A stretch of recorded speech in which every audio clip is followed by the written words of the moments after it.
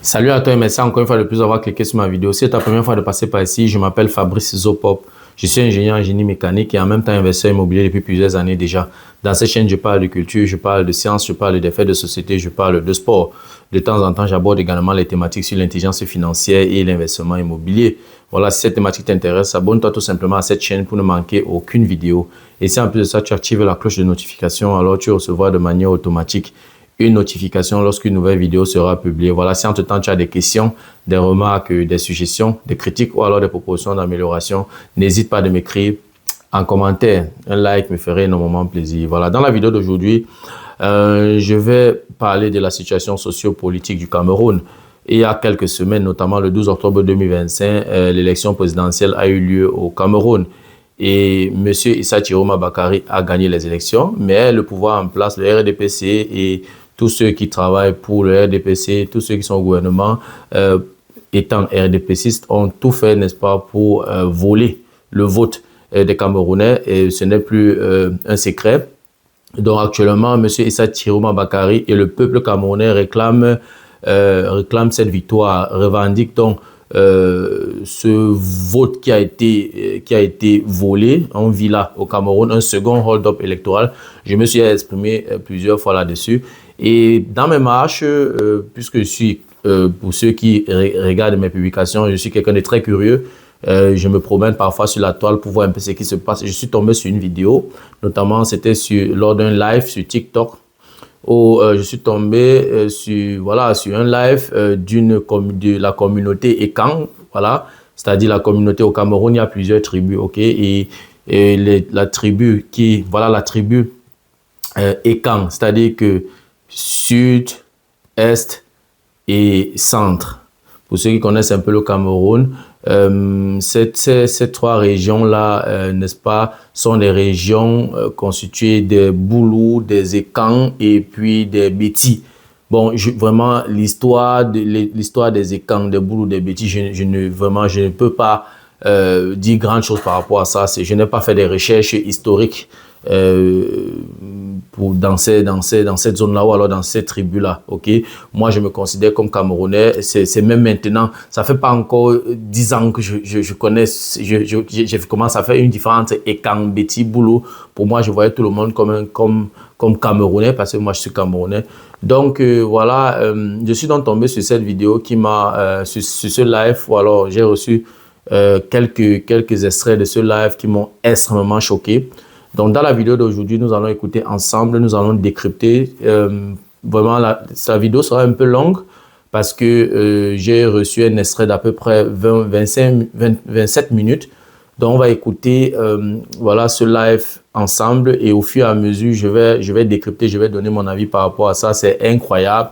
Le tribalisme a atteint un niveau de non-retour. Okay? On dit généralement, pour ceux qui ont fait un peu la résistance des matériaux, pour ceux qui ont fait mécanique appliquée, voilà, lorsque tu étires une pièce, lorsque tu fais un essai de traction, tu prends une pièce mécanique, tu tires. Il y a une zone qu'on appelle la zone élastique, c'est-à-dire que quand tu tires la pièce et tu laisses, ou alors tu enlèves la force, ou alors tu enlèves la force de traction, la pièce reste, la pièce revient à la position initiale, c'est-à-dire que la déformation est élastique. Mais si tu continues à augmenter, tu augmentes la force de traction, à un moment donné, voilà, la pièce commence à se plastifier. Et quand ça se plastifie, donc ça atteint une zone de non-retour, une zone irréversible. Donc le tribalisme a atteint ce niveau-là où le tribalisme s'est plastifié au Cameroun. Ça atteint un niveau de non-retour parce que lorsque tu suis ce qui sort de la bouche des adultes, des personnes qui sont déjà vaccinées, qui ont certainement déjà des enfants, qui ont certainement déjà engagé des carrières, qui sont allés à l'école, ça fait pleurer. Et après, on va venir me parler du racisme pour ceux qui sont à l'étranger et tout. On va me dire comment le colon était ceci, le colon était... Nous sommes pires que le colon. C'est-à-dire qu'on se déteste à un niveau où nous ne pouvons même pas vous imaginer. Et cet extrait, ou alors ce live me permet encore de comprendre et vient encore confirmer ce théorème d'Anango qui stipule que la force de cohésion qui unit les Noirs, c'est le blanc. Je recommence. La force de cohésion qui unit les noirs, c'est le blanc. Lorsqu'on enlève le blanc de l'équation, les noirs ne se déchirent, les noirs ne s'aiment pas. En tout cas, j'ai apporté cet extrait de live. Certainement, c'est un live qui a fait 4-5 heures de temps. Je n'ai pas voulu vraiment, j'ai juste reçu un extrait. Et on va écouter cet extrait de manière avec beaucoup de précision, et je vais, au fur et à mesure que la vidéo va passer, je vais placer 2 ou 3 mots. En tout cas, si tu veux en savoir plus, reste scotché. La suite, juste après le générique.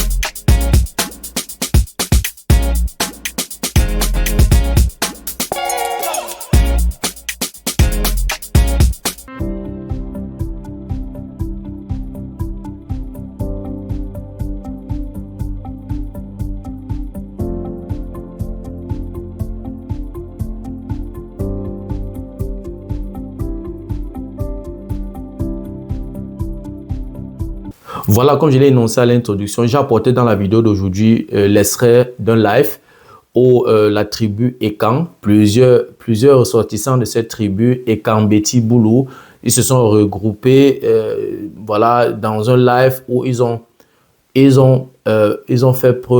employé des propos tribalistes que je ne peux pas manquer, je ne peux pas laisser ça passer, je ne peux pas manquer de donner mon avis par rapport à ça, parce que si on laisse ce genre de live, ok, si on laisse ce genre de propos, ok, passer comme ça sans rien dire, sans réagir, ou alors sans mettre la balle au centre, je pense que ça va aller dans tous les sens, et puis ça ne sera pas bénéfique pour le Cameroun, parce que si une tribu au Cameroun se retire, ce n'est pas le Cameroun qui gagne, il faut le savoir. Ce qui a fait la force du Cameroun jusqu'ici, c'est notre diversité culturelle. Parce que quelqu'un ne peut pas être du littoral et il croit que voilà, qui peut vivre en autarcie. Le ressortissant du littoral a besoin du ressortissant de l'ouest, a besoin du ressortissant du centre, a besoin du ressortissant de l'extrême nord, du nord, et tout le monde est utile. Okay? C'est cet ensemble-là, je vais dire, c'est tout ça qui faisait la fierté du Cameroun. Ce n'est pas pour rien qu'on considère le Cameroun comme l'Afrique en miniature. Mais il y a certaines personnes qui se comportent comme des animaux, qui sont, je ne sais pas s'ils sont illettrés, je ne sais pas ce qui les arrive. En tout cas, on va écouter cet extrait avec beaucoup de précision. On va aller en profondeur et on va décrypter au fur et à mesure. En tout cas, écoutons et regardons.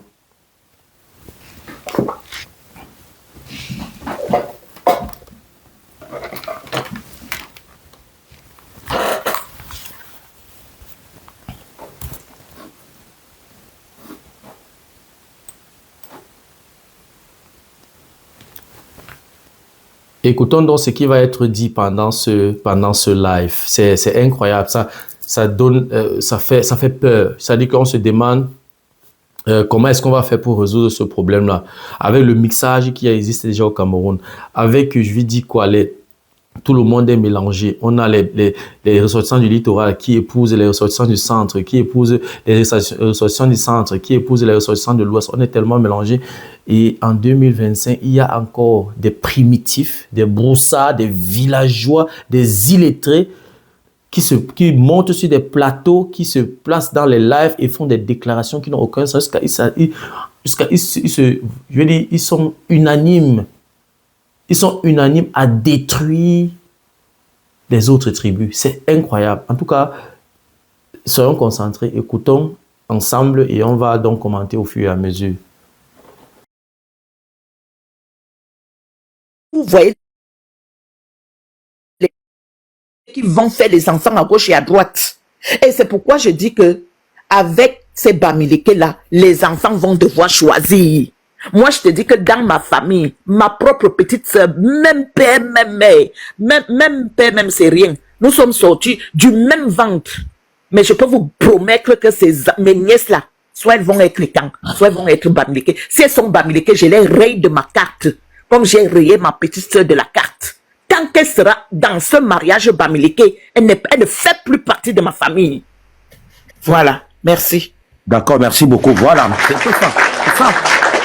Tu vois, vous voyez, Donc, cette villageoise, je ne sais pas si c'est une prostituée, je ne sais même pas si elle s'est écrit son nom, je ne sais pas si, je veux dire, si elle a un cerveau en fait. Elle dit qu'elle va régner sa sœur qui est allée épouser un ressortissant de l'Ouest. C'est incroyable. Ça veut dire que l'amour a foutu son camp en fait. Ça veut dire que tu ne peux plus. Ça veut dire que si sa sœur est tombée amoureuse d'un ressortissant de l'Ouest, alors elle doit donc arrêter ce mariage parce que sa sœur va la régner. C'est-à-dire que nous sommes même, on appelle ça vivre l'âge de la pierre taillée. C'est-à-dire que, c'est ça que ce genre d'individus, je les considère comme des primitifs en fait. C'est-à-dire que c'est pour ça que je me fatigue. J'ai déjà fait plusieurs publications dans cette chaîne où je dis et je répète encore, il y a une bonne partie du peuple camerounais qui mérite encore une recolonisation parce qu'ils sont encore des primitifs, ils doivent encore sortir de la brousse. J'ai l'impression, il y a deux possibilités, soit ils sont encore en brousse, ou alors ils ont fumé. Et cette fois-ci, ils n'ont même pas séché avant de fumer. C'est incroyable. C'est-à-dire que, donc, si tu te retrouves, je ne sais pas moi, dans une ville, je ne sais pas moi, au Bangladesh, où tu ne vas pas voir les Camerounais dans toutes les rues, ok? Tu fais la connaissance de ton frère camerounais, où vous pouvez vous entendre, vous entraider, vous n'êtes que deux et tout. Tu vas éviter parce que ce Cameroun-là n'est pas de ta tribu en fait. Donc si toi tu es un Bamileke et tu te retrouves au Bangladesh où il y a un seul Camerounais, c'est un Ekan, c'est un Béti, c'est un Boulou, tu dois l'éviter, tu ne dois pas te mettre, ou tu n'as pas le droit de tomber amoureuse de la personne parce que cette personne est ressortissant de Boulou, Ekan ou bien Béti. Ça n'a aucun sens. Ce qu'elle dit là n'a aucun sens. Pourquoi elle allait à l'école? Pourquoi elle est à l'école? Et elle parle jusqu'à la fin, je veux dire, ses collaborateurs, ou alors ceux avec qui ils faisaient le live, ses copanélistes applaudissent, ils sont contents. C'est-à-dire qu'elle envoie un message de guerre, et elle incite les tribus, n'est-ce pas, à se liguer les unes contre les autres. Et elle est contente, ses collaborateurs applaudissent, ses copanélistes applaudissent. C'est incroyable. Continuons à écouter ce que les autres panélistes vont dire.